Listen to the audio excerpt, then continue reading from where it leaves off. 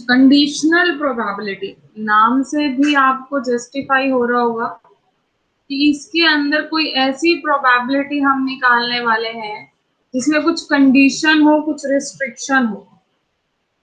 मतलब अभी तक जितने भी आपने किए थे प्रोबेबिलिटी वाले, उसमें आपने फेवरेबल बाय में टोटल, या फिर आपको एक रैंडम एक्सपेरिमेंट दे रखा था, उसके कुछ आउटकम होते थे, उन्हीं में से आपको कोई प्रोबेबिलिटी निकालनी पड़ती थी, ठीक है, टोटल केसेस।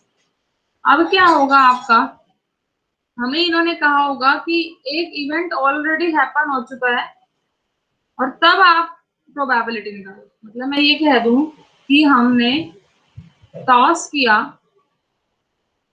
और फर्स्ट टाइम आपका 6 आया, फर्स्ट टाइम 6 आ चुका है, तो ये पूछ रहा है कि सेकंड टाइम 3 आने की प्रोबेबिलिटी क्या है।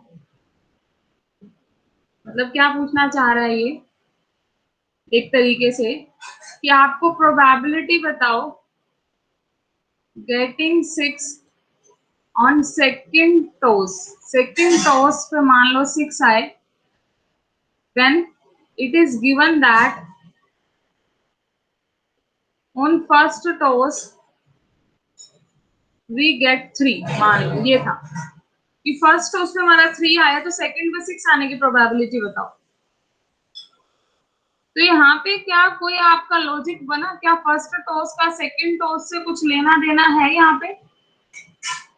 नो मैम, कोई लेना देना नहीं। यहाँ पे अगर आप प्रोबेबिलिटी निकाल भी दो, say this is A event and this is B event, आप probability of A when it is given B, जब बी आपको ऑलरेडी गिवन है तब आप ए की प्रोबेबिलिटी निकाल रहे हो, तो इस केस में आपका डायरेक्ट जो प्रोबेबिलिटी ऑफ ए बन रही है वही आ जाएगी, क्योंकि इस केस के अंदर टोटली आपका 1/6 ही आने वाला है। सॉरी, अच्छा हमने टॉस की बात कर दी, थ्रो की बात करते हैं। चलो थ्रो ऑफ डाई, डाई का ले रहे थे हम, 1/6 ही आने वाला है आपका, 1/6 ही आने वाला है। 6 आना एक बार आ सकता है, टोटल आपके पास अभी भी 6 ही है जब आप थ्रो कर रहे हो सेकंड टॉस में। हालांकि फर्स्ट पे दैट 3 आ रहा है, उससे कोई डिपेंड नहीं हो रहा है। तो इस केस में तो आपका probability of A by B single जो आपकी ए की आएगी वही बन गई। मतलब यहाँ पे कुछ कंडीशन से लगाने की कोशिश की, लेकिन उससे प्रोबेबिलिटी पे कोई फर्क नहीं पड़ा है। से अब मैं एक अनदर एग्जांपल लेती हूँ। मान लो कि आपने एक कार्ड ड्रॉ किया और वो रेड आया, ठीक है। आप क्या कहना चाह रहे हो कि आपने एक कार्ड ड्रॉ किया और वो ड्रॉन कार्ड कैसा है आपका? रेड है, रेड रेड रेड कलर का कार्ड आया आपका, ठीक है।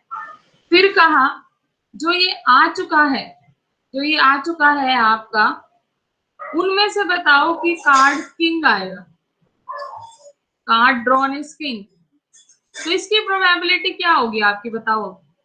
प्रोबेबिलिटी ऑफ कार्ड जो किंग का है, जब ऑलरेडी हमें पता रेड कलर का कार्ड आया, क्या आंसर आएगा? कितने किंग होते हैं? एक तरीके से रेड कलर की, क्योंकि अब हमारा जो टोटल सेट है आउटकम का, वो रेड कलर के कार्ड्स हैं सारे के सारे, ठीक है। रेड कलर्स के सारे कार्ड हैं आपके पास। हम आपसे ये पूछना चाह रहे हैं कि उन रेड कार्ड में से जब रेड कार्ड आ चुके हैं तब किंग की प्रोबेबिलिटी बताओ क्या आएगी? 1/13। अगर हम देखें ऊपर रेड कलर के कार्ड रखना पड़ेगा आपको किंग वाला, तो किंग वैसे तो टोटल आपके 4 होते हैं, उसमें से 2 रेड कलर के बनते हैं ना, तो ऊपर आ जाएगा 2। मतलब मैं टोटल में से 2 ही किंग निकाल सकती हूँ। बाय में रेड कार्ड थे हमारे पास टोटल, तो रेड कार्ड कितने हैं टोटल हमारे पास यहाँ पे? 26। तो इस केस में प्रोबेबिलिटी आपकी 1/3 आई। हालांकि अगर हम किंग ड्रॉ करने की अगर हम निकालते हैं 4/52 आती है, ठीक है ना। हालांकि ये आती है अगर हम इन जर्नल देखें। अब आपकी 2/26 आई है तो दोनों सेम आई है, लेकिन समवट डिफरेंट है अपने आप में। यहाँ हमने क्या निकाला, ये प्रोबेबिलिटी किसकी निकाली है कि जब आपको एक गिवन था, से दिस इज ए इवेंट और दिस इज बी, तो यहाँ आपने निकाला बी बाय ए, और यहाँ आप सिंपल निकाल रहे थे probability of B, probability of B, ठीक है। तो हम कर क्या रहे हैं यहाँ पे, हो क्या रहा है यहाँ पे एक्चुअल में, हम नीचे अपने टोटल आउटकम बना देते हैं जो ऑलरेडी ड्रॉ हो चुका है। मतलब नीचे हम प्रोबेबिलिटी ऑफ ए रख देते हैं और ऊपर क्या रखते हैं, इसी में से किंग को ढूंढने लगते हैं। मतलब ऊपर हम रखते हैं probability of A intersection B, यही तो कर रहे हैं। तो आपके पास probability of B by A जो बनी है यहाँ पे, बी बाय वो ये बनी है, ऊपर इनकी इंटरसेक्शन और नीचे जो बाय वाला है वो बना है। इन शॉर्ट हमने यही किया। तो कंडीशनल प्रोबेबिलिटी भी कुछ हमारी यही है। कंडीशनल प्रोबेबिलिटी क्या होती है आपके पास, से हमने कहा conditional probability of event A given that event B has already occurred, which will be equal to probability of A intersection B divided by probability of B। ये फॉर्मूला आपके पास बनेगा अगर उसने ऑलरेडी दे रखा है कि आपका कोई इवेंट हैपन हो चुका और उसमें से आपको कुछ प्रोबेबिलिटी निकालनी है, that is known as conditional probability. ठीक है, जैसे एक एग्जांपल और कर लेते हैं। मान लो बी लिया है, जैसे हम ये निकाल रहे हैं ना, तो क्वेश्चन ये है आपके पास कि हमने एक रैंडम एक्सपेरिमेंट किया, टॉसिंग और 3 फेयर कॉइंस, 3 कॉइन टॉस किए हैं, ठीक है, और आप चाहते हैं, अच्छा 3 कॉइन टॉस करेंगे तो हमारा क्या क्या आउटकम आ सकते हैं। अगर कंप्लीट सैंपल से देखो कितने आउटकम आएंगे टोटल, 8 आएंगे। तो लिख सकते हैं हम हेड हेड हेड, जैसे हमने लिखा था पहले, हेड हेड टेल, याद है ना मेथड सबको। अगले टेल वाले स्टार्ट हो जाएंगे 4, 2 हेड, फिर टेल वाला आ जाएगा, फिर लास्ट बिल्कुल ही अल्टीमेट टेल वाला आ जाएगा। तो ये आपके पास 8 आउटकम आते हैं। अब मैं कहूं ए जो है मेरा वो इवेंट है कि एट लीस्ट 2 हेड्स, कम से कम 2 हेड आए, तो ए क्या बन जाएगा आपका, ए में क्या क्या आएंगे, क्या ये आएगा ए में? Yes ma'am. 3 हेड मतलब एटलीस्ट 2 तो रख ही रहा है, इसमें भी एटलीस्ट 2 में आ गया, ये भी एटलीस्ट 2 में आ गया, ये नहीं आएगा, ये वाला आ जाएगा एटलीस्ट 2 में, ये नहीं आएगा, ये भी नहीं आएगा, ये भी नहीं आएगा, तो 4 ही आउटकम आएगा। अब मैं आपको ये कहूं कि जब आपने एटलीस्ट 2 हेड निकाल लिए हैं, अब आपको ये कहा जाए कि यहाँ पे आप वो प्रोबेबिलिटी निकालो getting a tail when at least 2 heads have been performed।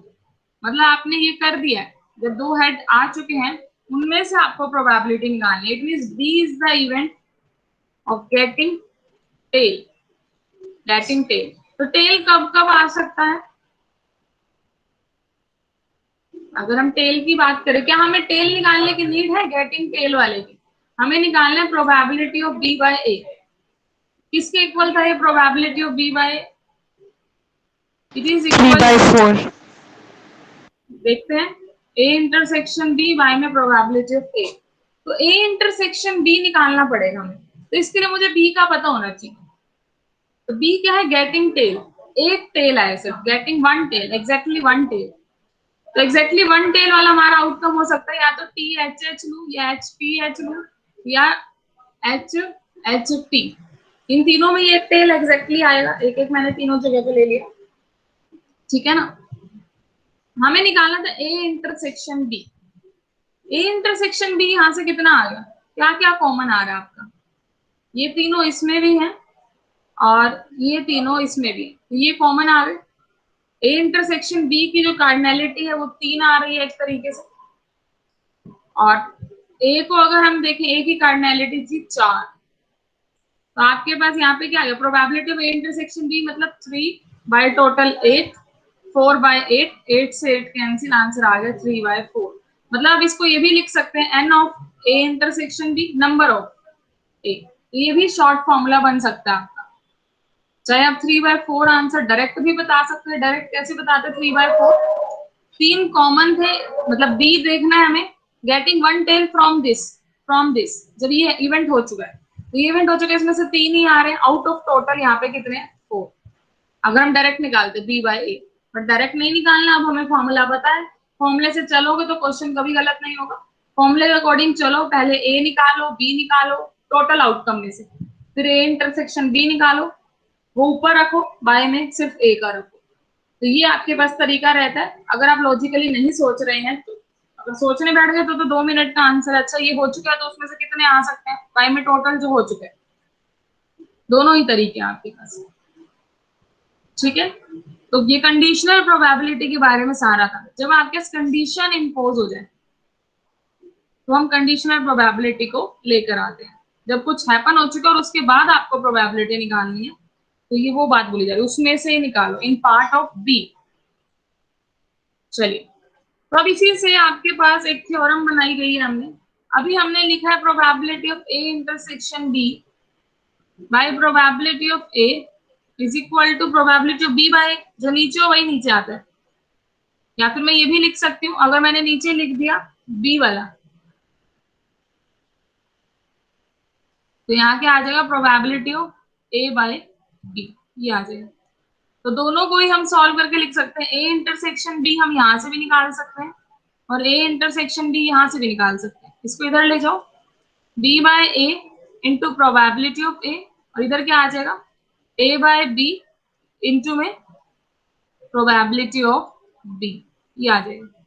It means क्या हो रहा है आपके पास, ए इंटरसेक्शन बी, अगर आप ये निकालना चाह रहे हो ए intersection be using conditional probability, तो कैसे निकाल सकते हो आप, कि पहले तो कंडीशनल प्रोबेबिलिटी निकालो, ठीक है, कंडीशनल प्रोबेबिलिटी, देन मल्टीप्लाई कर दो जो नीचे वाला है आपके पास उसकी प्रोबेबिलिटी से। ठीक है, मतलब जो इवेंट ऑलरेडी अकर्ड हो चुका है उस प्रोबेबिलिटी से आपको मल्टीप्लाई करना है, आपको क्या मिल जाएगा, ए इंटरसेक्शन बी मिल जाएगा। तो ये क्या रिप्रेजेंट कर रहा है, A intersection B, this is a probability of simultaneously occurrence of two event.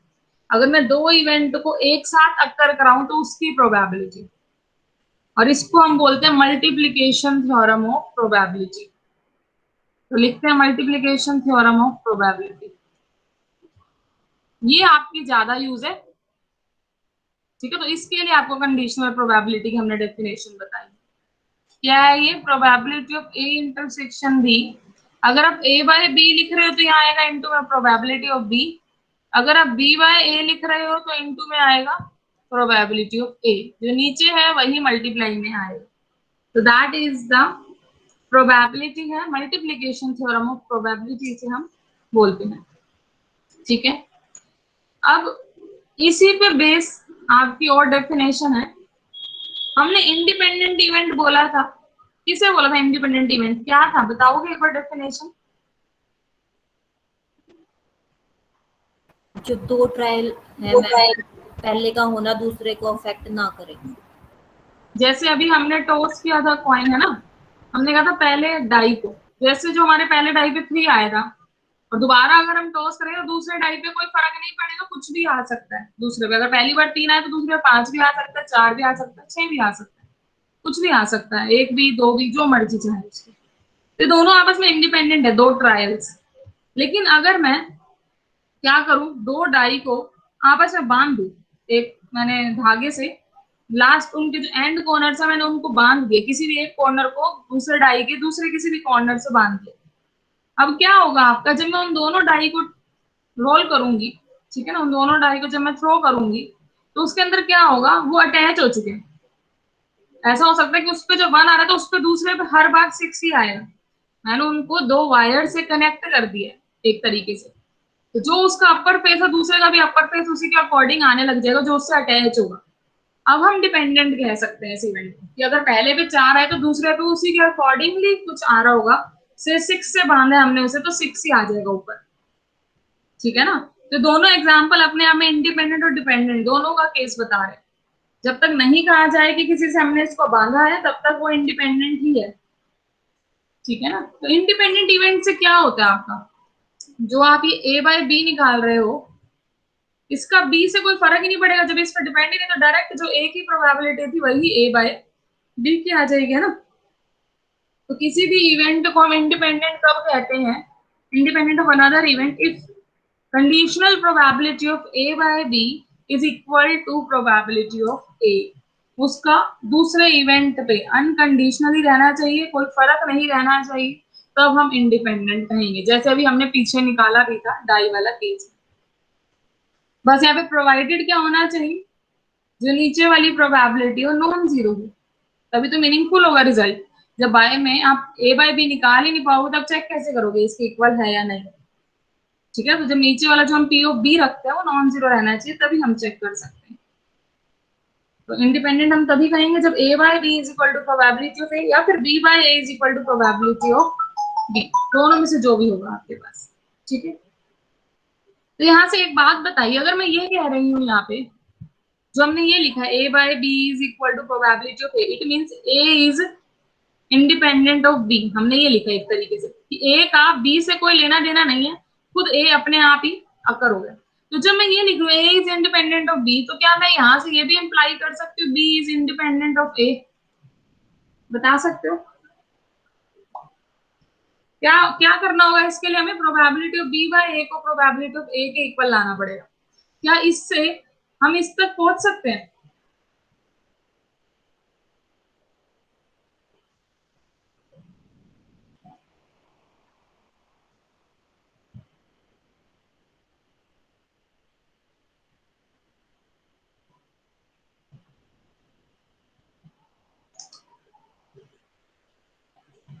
जैसे कि अगर इन जर्नल सेंस में भी आप अगर सोचो, अगर मैं ये कह रही थी पहले वाला डाई का जो थ्रो था वो दूसरे वाले डाई के थ्रो से इंडिपेंडेंट है, तो मैं क्या यहाँ से ये भी कह सकती हूँ सेकंड वाले डाई का जो थ्रो है वो फर्स्ट वाले से इंडिपेंडेंट है? क्या हम दोनों बातें कन्वर्स वे में बोल सकते हैं? यस मैम, बोल सकते हैं। बोल सकते हैं, ट्रायल्स ही तो हो रहे हैं। तो ऐसे अब यहाँ से अगर मैं बाय डेफिनेशन प्रूव करके दिखाऊं, ऊपर फॉर्मूला से ही आ जाएगी मैम दो वैल्यूज। बिल्कुल फॉर्मूले से आ जाएंगे। ऊपर वाला फॉर्मूला ट्रू है आपका हमेशा, यहाँ से मैं a इंटरसेक्शन b की value probability of a into probability of b लिख पाऊंगी। देखो मल्टीप्लिकेशन थ्योरम भी ये चेंज हो गई है। पहले मल्टीप्लिकेशन थ्योरम आपकी जो यहाँ पे आती थी a बाय b आती थी उस साइड, अब क्या हो रहा है सिंपल ये प्रोडक्ट में खुल रहे हैं, इंटरसेक्शन जो प्रोडक्ट में खुल रहा है। तो इंटरसेक्शन प्रोडक्ट में तभी खुलता है जब आपके इंडिपेंडेंट इवेंट होते हैं। Multiplication theorem for independent event क्या बन जाती है? a intersection b is equal to probability of a into probability of b। ये भी ध्यान रखना। चलिए इसको कर रहे थे, अगर हम इसकी लेफ्ट हैंड साइड को लेके चले, मान लो हमें लेफ्ट हैंड को राइट के इक्वल ही तो दिखाना है, तो लेफ्ट हैंड साइड को सॉल्व करोगे ऊपर आ जाएगा b इंटरसेक्शन a, नीचे प्रोबेबिलिटी ऑफ a। इसकी वैल्यू हम ऊपर से रख सकते हैं, ये निकली थी आपकी probability of a into probability of b by में प्रोबेबिलिटी, ये कैंसिल हो गया, आपके पास क्या बच गया? प्रोबेबिलिटी ऑफ b, सॉरी हाँ b लिखना था हमें, तो ये इसके इक्वल आ गया है। तो अगर a is independent of b है तो b भी क्या होगा? Independent of a। तो कभी भी हम ये नहीं बोलते b is independent of a या a is independent of b, हम हमेशा बोलते हैं a and b are independent event, क्योंकि दोनों का मीनिंग एक ही होता है। ठीक है, अब मुझे एक बात बताइए, आप ही से क्वेश्चन है, एक मैं इवेंट ले रही हूँ a और एक मैं इवेंट ले रही हूँ 5, बी जो ले लिया मैंने 5 ले लिया, क्या ये आपस में इंडिपेंडेंट है? हमेशा any event with the null event 5 are they independent?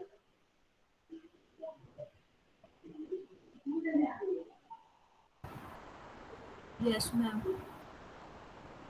देखो कैसे चेक करेंगे इंडिपेंडेंट के लिए, अभी आपको बताया कि या तो आप इंडिपेंडेंट के लिए a intersection b is equal to probability of a probability of b check कर लो, अभी हमने ऊपर से यही कंक्लूड किया था, या फिर आप a by b is equal to probability of a check कर लो, या b बाय a को प्रोबेबिलिटी ऑफ b चेक कर लो। जो आपके मन में आया आप उसी तरीके से कर सकते हो। 3 तरीके हैं आपके पास इंडिपेंडेंट चेक करने के, तो इस तरीके से हम मेजरली चलेंगे।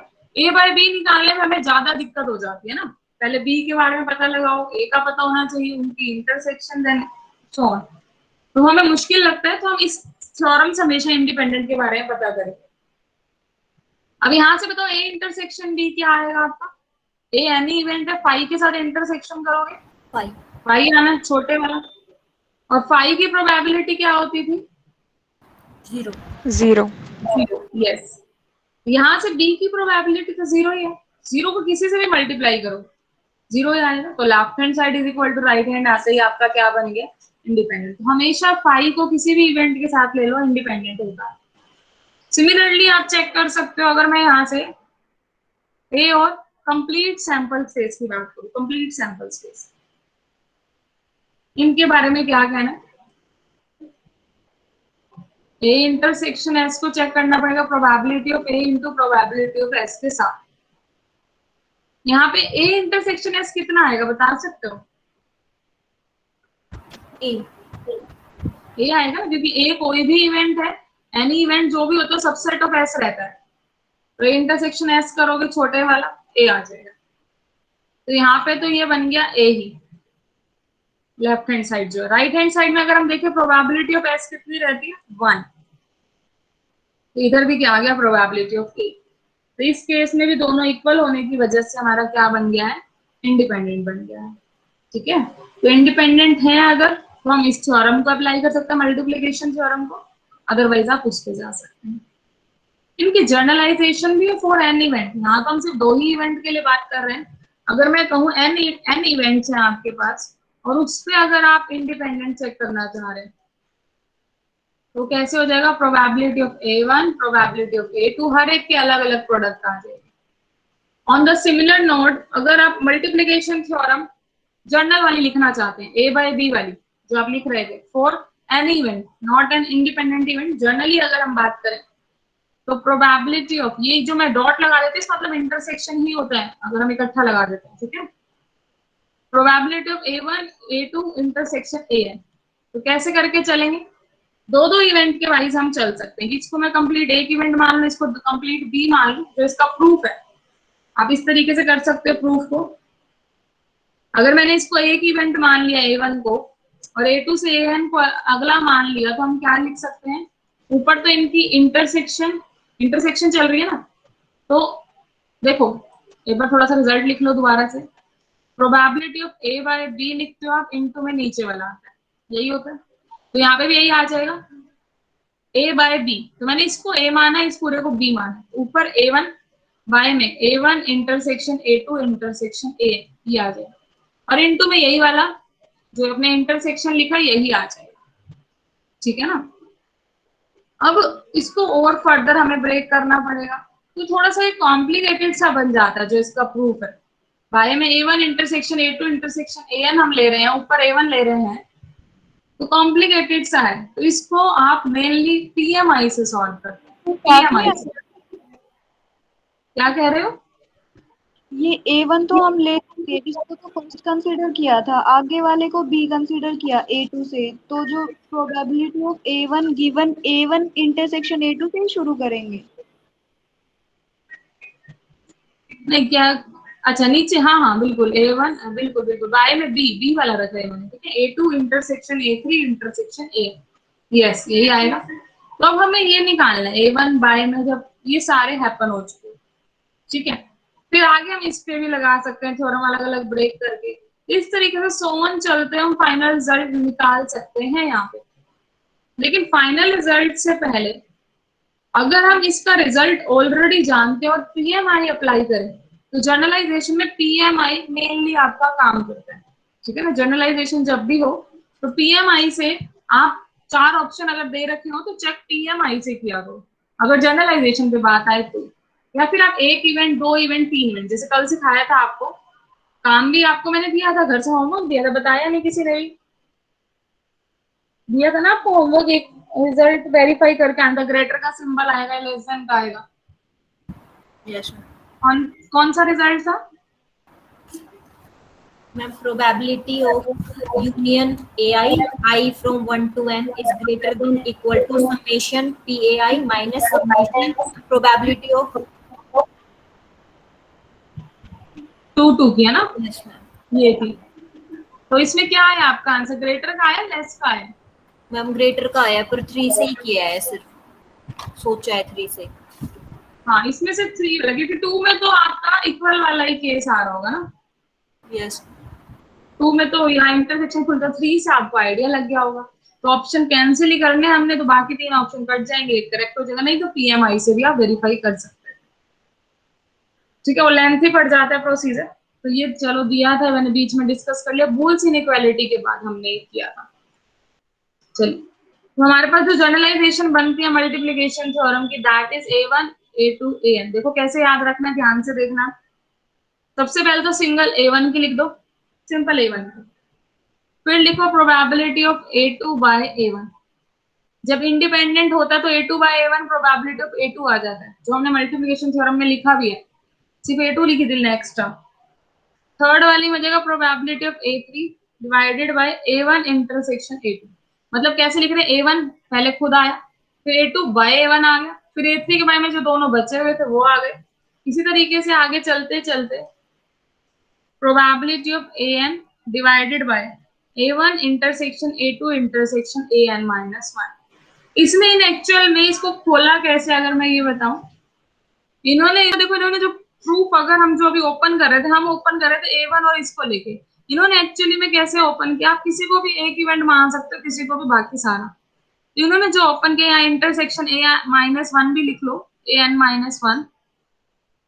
तो इनके ओपन करते हुए ये इन्होंने कंप्लीट एक इवेंट माना है, ठीक है ना। अगर हम यहाँ पे देखें, और an को अकेला माना हुआ, एक तरीके से an को अकेला माना हुआ, इस तरीके से इन्होंने इसको किया है सॉल्व। अगर हम PMI ना भी लगाएं तो बता रही हूँ, तो कैसे ओपन कर सकते हो, probability of an divided by ये complete A1 intersection A2 intersection an minus 1 आ जाएगा कंप्लीट।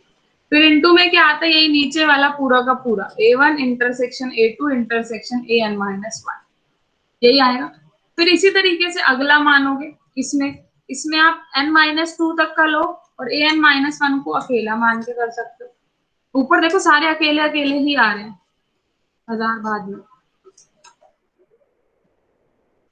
ठीक है। इसी तरीके से नेक्स्ट को अगर आप इसको ब्रेक करोगे, समझ रहे हो ना बात, इसकी जगह पे हम क्या लिख सकते हैं, probability of an minus 1 divided by, यहाँ पे an माइनस 2 से तक आएगा, 1 से लेकर 2 तक आ जाएगा ना, और ऊपर इन्हीं की इंटरसेक्शन आ जाएगी an माइनस 2 तक।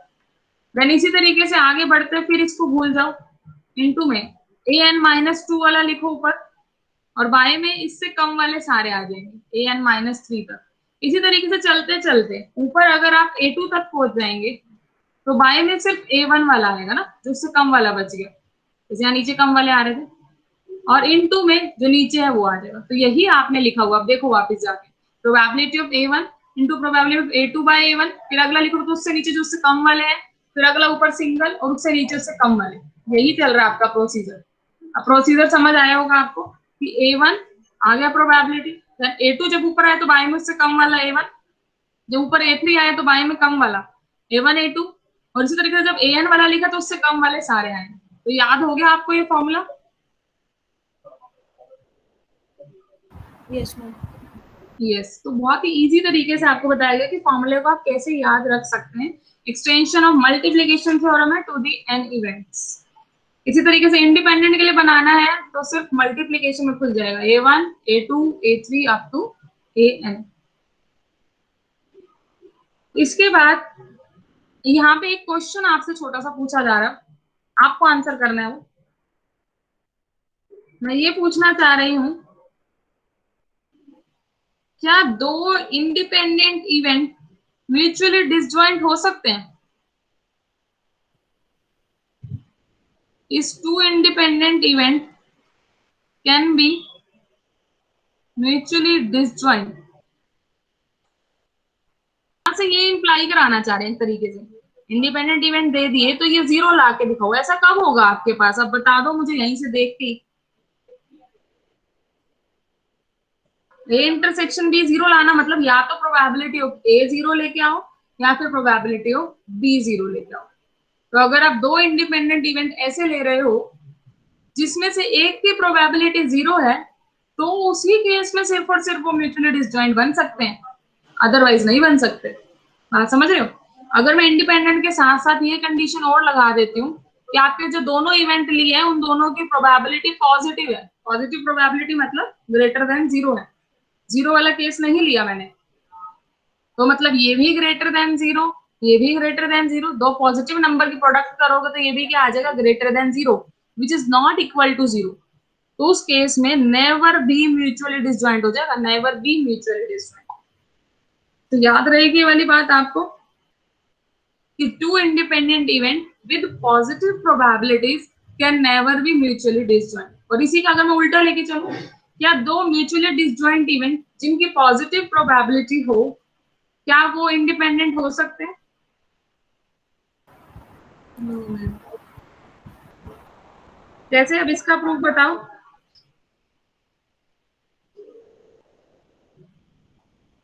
कैसे करेंगे अब की, और आपको म्यूचुअली डिसजॉइंट दे दिया, मतलब probability of A intersection B मान लो 0 दे दिया आपको, और आप जानते हो कि अगर आपको इंडिपेंडेंट या फिर डिपेंडेंट जो भी आएगा, मुझे नहीं पता भी क्या आएगा, अगर इंडिपेंडेंट दिखाना है तो ए और बी की प्रोबेबिलिटी के इक्वल आने चाहिए थे। A intersection B is equal to this into this, ये आना चाहिए था आपकी बात। लेकिन ये कैसे आएगा, ये आपने ग्रेटर देन 0 बोल दिया, ये भी आपने ग्रेटर देन 0 बोल दिया, इस साइड तो 0 है, तो which is also not possible. तो कन्वर्स लो चाहे सीधा लो, दोनों ही केस में टू म्यूचुअली डिसजॉइंट इवेंट, अब ये मतलब हो गया इसका, two mutually disjoint event with positive probability are always dependent, हमेशा डिपेंडेंट इवेंट बनते हैं। तो इस पे एमसीक्यू आ सकता है, इस बात को इंपॉर्टेंट लिख लो, चाहे अगर आप पॉजिटिव प्रोबेबिलिटी बोल रहे हो तो, अगर एनी प्रोबेबिलिटी बात हो रही है तो मे और मे नॉट, जैसे मैंने 0 वाला केस लिया, इम्पॉसिबल इवेंट टाइप ले लिया, तो वहां पे आपके पास ये चीज फेल हो जाएगी। ठीक है, क्लियर हो रहा है? चलिए, Yes, ma'am. तो हाँ, अब कंडीशनल प्रोबेबिलिटी पे आपके पास कुछ रिजल्ट्स और भी रहते हैं। सबसे पहले तो ये एक प्रोबेबिलिटी फंक्शन होता है, जो हमने कंडीशनल प्रोबेबिलिटी ली। किसी भी फंक्शन को हम प्रोबेबिलिटी फंक्शन कब बोलते हैं, अगर उसके सारे इवेंट्स की प्रोबेबिलिटी ग्रेटर इक्वल टू 0 हो, पूरे सैंपल स्पेस की प्रोबेबिलिटी 1 हो, और साथ साथ जब हम यूनियन ऑफ ऑल ए आई करें तो सम में ओपन हो पाए। यही हमने आपको 3 एक्सियम बताए थे एक्सियोमेटिक प्रोबेबिलिटी में, तो इसी को हम प्रोबेबिलिटी ऑफ इवेंट, और ये सारे डिसजॉइंट इवेंट होने चाहिए, तब हम सामने लिखते थे।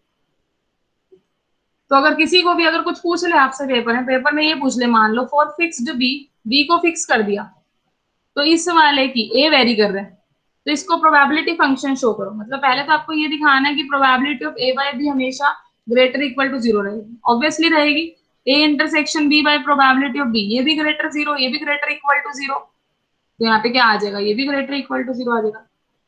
ठीक है ना, ये तो सिंपल है। सेकेंड, अब ये दिखाते हैं, तो यहाँ पे क्या बन जाएगा, बी फिक्स है, तो probability of S by B आपको निकालनी है, 1 आनी चाहिए।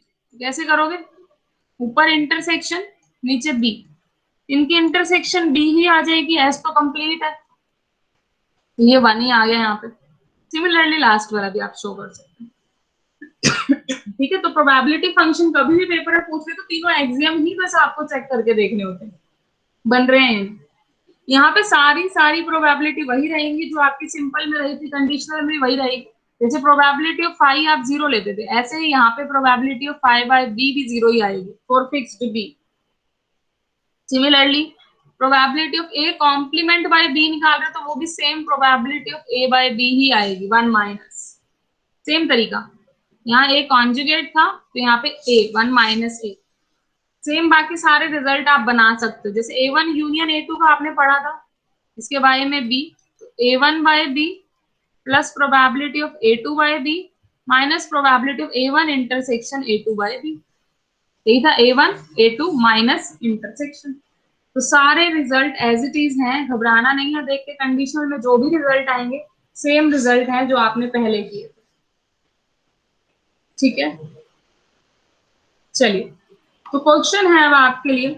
क्वेश्चन क्या है, ए और बी अगर आपके पास इंडिपेंडेंट इवेंट है, ए और बी आपको इंडिपेंडेंट इवेंट दे दिए गए हैं, तो ये बताओ फर्स्ट पॉइंट, क्या ए कॉम्प्लीमेंट और बी ये भी इंडिपेंडेंट होंगे, या फिर ए बी कॉम्प्लीमेंट ये भी इंडिपेंडेंट होंगे? देखो दोनों में से ऑब्वियसली कोई सा भी प्रूव कर दो, ए कोई बी बना रहे हैं, बी कोई ए, दो इवेंट आपस में इंडिपेंडेंट, चाहे आप ए बी कोई भी मान लो, तो दोनों एक ही बात है, फर्स्ट और सेकंड पॉइंट। तो थर्ड पॉइंट ये है, क्या दोनों ही कॉम्प्लीमेंट्स आपस में इंडिपेंडेंट हो जाएंगे? तो ये 3 ऑप्शन है आपके पास, और फोर्थ है नन। क्या कहना है यहाँ से? कुछ आ रहा है दिमाग में कि ए और बी कॉम्प्लीमेंट को हम किससे कनेक्ट कर सकते हैं? हमें एक्चुअली में चाहिए क्या यहाँ पे? हमें ये चाहिए इसकी इंटरसेक्शन इसके इक्वल आ जाए ना, तभी तो इंडिपेंडेंट कहेंगे हम। और ए और बी इंडिपेंडेंट दे रखे हैं, मतलब ये वाली आप जानते हो, ये आप जानते हो। तो अगर मेरे को इसका यूज करना है तो यहाँ पे मुझे यही बनाना पड़ेगा। और अभी हमने थ्योरम पढ़ी थी, इसको हम लिख सकते हैं probability of A intersection B 1 में से माइनस करके। इसका आपको आंसर पता ही चल गया पीछे से, क्योंकि ए और बी इंडिपेंडेंट हैं। अब इसको मैं क्या कर सकती हूँ, यहाँ पे कॉमन लेने की नीड पड़ रही है एक तरीके से, बट कॉमन भी कैसे लिया जाए? अगर आपने ये लिख भी लिया, अब हम यहाँ पे क्या कर सकते हैं? अब आप बताइए कि आप यहाँ पे क्या लगा सकते हैं।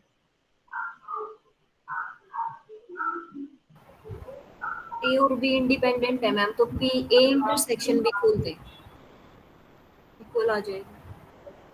ये तो आपने खोल दिया, ए इंटरसेक्शन भी, probability of A into probability of B. क्या इस तरीके से चलना ठीक है? अगर जिसने ऐसे सोचा है, क्या ये यही लिखा जाएगा जो मैंने ये लिखा है? क्या ये ठीक है ये लिखना? सबसे पहले तो यही बताओ। इसी में किसी ने ऑब्जेक्शन ही नहीं किया, क्या बात है भाई? क्या रिजल्ट आपके पास था इसके लिए? दीदी वेन डायग्राम से हाँ कर। बोलो। जो फर्स्ट ऑप्शन है ना, जैसे हमने probability of A intersection A complement intersection B निकालना है, तो हमें ये दिखाना है ना कि ये इंडिपेंडेंट है, तो हम मतलब जैसे probability of A complement into probability of B, तो प्रोबेबिलिटी ऑफ ए कॉम्प्लीमेंट को हम लिख देंगे 1 माइनस प्रोबेबिलिटी ऑफ ए, हाँ, वो प्रोबेबिलिटी ऑफ बी साथ के साथ है, तो वो मल्टीप्लाई करेंगे हम, तो probability of B minus probability of A into probability of B. तो ए और बी हमें गिवन है, इंडिपेंडेंट इवेंट है, तो वो probability of A into B जो सेकंड है टर्म है वो हमारी बन जाएगी probability of A intersection B.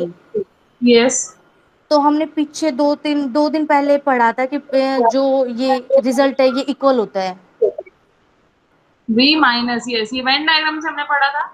जैसे अगर आप ये ए ले रहे हो और ये वाला आप बी ले रहे हो, तो यहाँ से ए कॉम्प्लीमेंट आपका ये वाला बन जाएगा।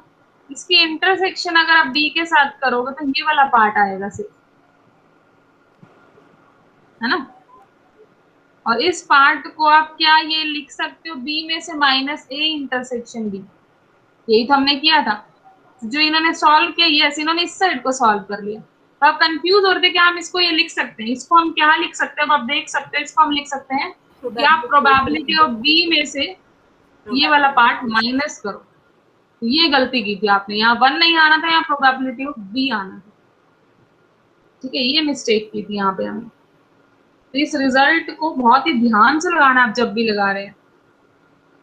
कोई एक जरा सी भी गलती होगी तो आपका आंसर गलत हो जाएगा। यहाँ पे प्रोबेबिलिटी ऑफ बी बन जाता, ठीक है, प्रोबेबिलिटी ऑफ बी कॉमन ले पाते, 1 माइनस प्रोबेबिलिटी ऑफ ए आ जाता, और 1 माइनस प्रोबेबिलिटी ऑफ ए क्या होता है आपके? Probability of A complement. तो जितने भी रिजल्ट है उसको बहुत ध्यान से देखना है आपने, ठीक है? जो अभी हमने पीछे रिजल्ट जो हम कर रहे थे वो कंडीशनल प्रोबेबिलिटी के हमने पढ़े थे डेफिनेटली, लेकिन उनको भी वेन डायग्राम से एक बार करके श्योर कर लेना कि हम क्या लिख रहे हैं। वहां पे हमने रिजल्ट ये पढ़ा था, probability of A complement by B is equal to 1 minus probability of A by B, condition का पढ़ा था। लेकिन जब ये इंटरसेक्शन में आता है तो यहाँ पे ये रिजल्ट बनता है जो हमने पीछे भी कर चुके हैं ऑलरेडी, ठीक है? इसी तरीके से आपका सेकंड वाला भी चेक हो जाएगा, ए इंटरसेक्शन बी कॉम्प्लीमेंट वाला भी। थर्ड पे चलते हैं। थर्ड क्या आपके पास? ए कॉम्प्लीमेंट और बी कॉम्प्लीमेंट, इनको इंडिपेंडेंट दिखाना है। देखो कैसे दिखा सकते हैं इनको हम इंडिपेंडेंट। इन शॉर्ट हमें यही दिखाना है कि ये इसके इक्वल आएगा। किसी भी एक साइड को पकड़ लो, चाहे आप राइट को पकड़ो चाहे आप लेफ्ट को। तो जैसे राइट से भी अगर हम चलते हैं, ये लिखा जाएगा, इसको लिख सकते हैं 1 माइनस प्रोबेबिलिटी ऑफ ए, और इसको लिख सकते हैं 1 माइनस प्रोबेबिलिटी ऑफ बी, है ना? Probability of B. देन इसको आप ओपन कर सकते हैं मल्टीप्लाई करके, 1 से पहले इसको मल्टीप्लाई कर लो, देन फिर इससे करोगे multiply probability of A plus probability of A into probability of B. ये आ गया आपके पास। अब हम क्या कर सकते हैं, सिंपल सा, यहाँ पे हमें एक बहुत अच्छा तरीके से दिख रहा है, इसको मैं ए इंटरसेक्शन बी लिख सकती हूँ क्योंकि इंडिपेंडेंट था, ठीक है ना? तो इसको मैं क्या लिख सकती हूँ? Probability of A intersection B. और ये फॉर्मूला बनता हुआ दिख रहा है मुझे। अगर मैं माइनस कॉमन ले लूं, probability of A plus probability of B minus probability of A intersection B. किसका फॉर्मूला था ये आपके पास? Probability of A union B.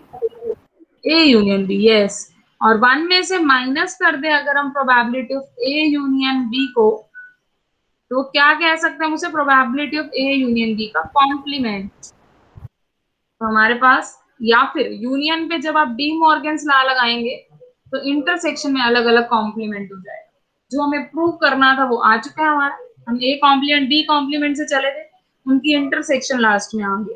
तो अगर आपको ए और बी दो इंडिपेंडेंट इवेंट दे रखे तो वहां से किसी भी कॉम्प्लीमेंट लगा दो, वो भी इंडिपेंडेंट बनते हैं, जो आज आपने सीखा। ठीक है, तो कर लेते हैं। देखो, दो जो अभी हमने इंडिपेंडेंट डेफिनेशन पढ़ी, अभी तक हमने सिर्फ एक स्टैटिस्टिकली इंडिपेंडेंट पढ़ा। अगर मैं सही बताऊं तो उसको हम बोलते हैं स्टैटिस्टिकली इंडिपेंडेंट। जितना भी अभी तक हमने पढ़ा वो स्टैटिस्टिकली इंडिपेंडेंट देखो। आगे अब आपकी दो टर्म और आती हैं, या फिर ओनली इंडिपेंडेंट भी उसको हम बोल सकते हैं, सिर्फ इंडिपेंडेंट नाम उसका। अब कई बार ना पेयर वाइज इंडिपेंडेंट लिखा आ जाता है, या फिर एक तरफ ये भी लिखा आ जाता है म्यूचुअली इंडिपेंडेंट। मतलब आप एन इवेंट्स हैं A1 A2 AN, और उसको पेयर वाइज इंडिपेंडेंट चेक करना चाहते हैं A1 A2 AN को। तो कैसे चेक करोगे पेयर वाइज में? हर दो दो का इवेंट इंडिपेंडेंट होना चाहिए, हर दो दो का इवेंट। मतलब probability of AI intersection AJ is equal to probability of AI into probability of AJ for all I not equal to J is equal to 1 to N। ये चेक करो, मतलब हर दो दो का पेयर आपस में इंडिपेंडेंट, जितने भी टू टू के पेयर पॉसिबल है। कितने टू टू के पेयर पॉसिबल हो सकते हैं इसमें से बताओगे?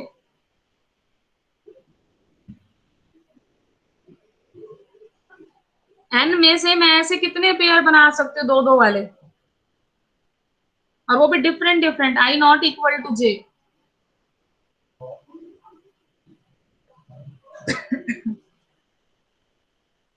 एनालाइज कर लो थोड़ा सा।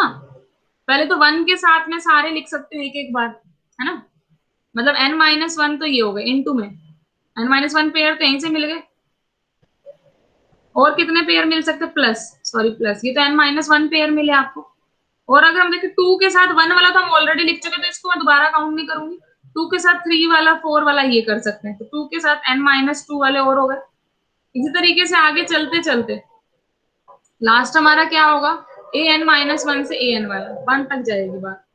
तो टोटल पेयर कितने हो गए ये? Sum of first n-1 natural numbers,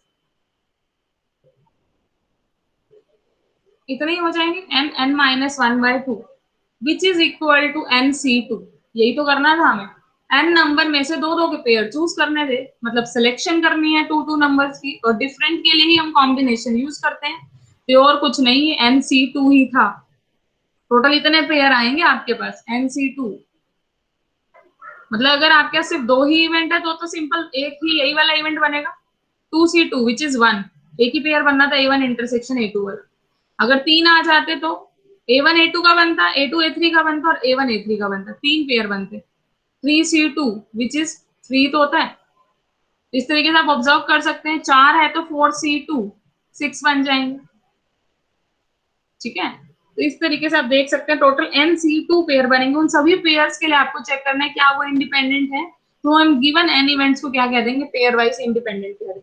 अगर एक में भी नॉट इक्वल टू आ गया तो वो पेयर वाइज इंडिपेंडेंट नहीं है, सारे के सारे इक्वल आने चाहिए, जितने भी टू टू वाले पेयर है, तभी हम पेयर वाइज इंडिपेंडेंट कहेंगे। म्यूचुअली इंडिपेंडेंट कब कहते हैं हम एन इवेंट्स को? म्यूचुअली पे बात करनी है अब हमें। तो म्यूचुअली हम तब कहेंगे जब आपका दो दो वाले पेयर भी, जितने भी दो दो वाले पेयर बन रहे हैं वो प्रोडक्ट के इक्वल आए। क्या हो गया? इंटरसेक्शन। तीन तीन वाले भी जितने भी पेयर बन रहे हैं आपके ऑल पेयर्स, उनकी प्रोडक्ट भी सिंगल सिंगल प्रोडक्ट के इक्वल, समझ रहे हो ना। इसी तरीके से चलते चलते चार वाले, पांच वाले, छह वाले, और जितने देखें nth वाले भी, n वाला भी अलग अलग के इक्वल है। मतलब इसमें आप कितने पेयर चेक कर रहे हो?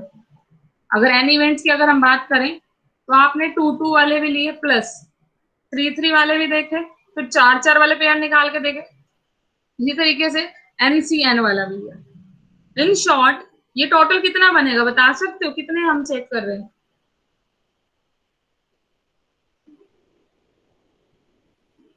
अगर आपको याद हो 1 + 1 की पावर n, अगर मैं या फिर a प्लस बी की पावर n, चलो हम लिख रहे हैं a की n plus n c1, a की n minus 1 into B n c2, a की n minus 2 into B square up to n c n into B की n, ऐसे आता है।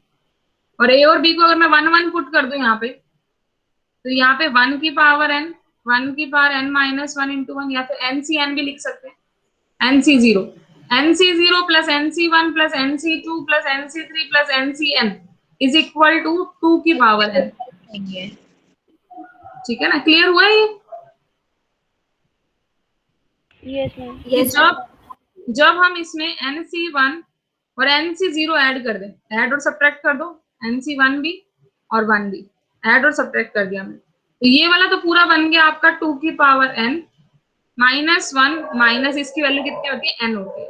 तो इतने टोटल पेयर आपको चेक करने हैं जब म्यूचुअली इंडिपेंडेंट चेक करना है। मतलब अगर मैं 3 इवेंट भी दे रही हूँ ना, a1 a2 a3, 3 इवेंट भी सिर्फ, तो उसमें भी 2 की power 3 minus 1 minus 2 which is equal to 8 minus 1 7 minus 2 5, 5 pair बन जाएंगे आपके। कैसे बन जाएंगे 5? 2 2 वाले अगर आप देखोगे a1 intersection a2, a1 intersection a3, a2 intersection a3, ये बने आपके। ठीक है, देन क्या आ जाएगा यहाँ पे, ये हो गए 3 पेयर। एक पेयर आपका तीनों वाला इकट्ठा बन जाएगा, 3 वाला जो हम शुरू करेंगे। ये एक एक्स्ट्रा कैसे आ रहा है, 4 आना चाहिए था ना यहाँ पे, 4 ही तो आ रहा है शायद, 8 माइनस 1 माइनस 3 आना था यहाँ पे, 4 ही आएगा। ठीक है, 4 पेयर बने हमारे, 1 2 तीसरा ये वाला, और 3 3 वाले में ये वाला बनेगा एक सिंगल, क्योंकि तीनों में तीनों ही आ गए और कोई पेयर पॉसिबल ही नहीं। 3 वाले केस में भी 4 कंडीशन रिक्वायर्ड है, ऐसे 4 वाले में और बढ़ जाएंगे। तो म्यूचुअली इंडिपेंडेंट चेक करना थोड़ा सा मुश्किल तो है ही, क्योंकि इसमें n वाला पेयर तो आ ही रहा है जो हमने जनरल डेफिनेशन पढ़ी थी, पेयर वाइज वाली डेफिनेशन भी इसी के अंदर आ रही है, 2 2 वाले पेयर भी आ रहे हैं और बीच वाले सारे भी ले रहे हैं।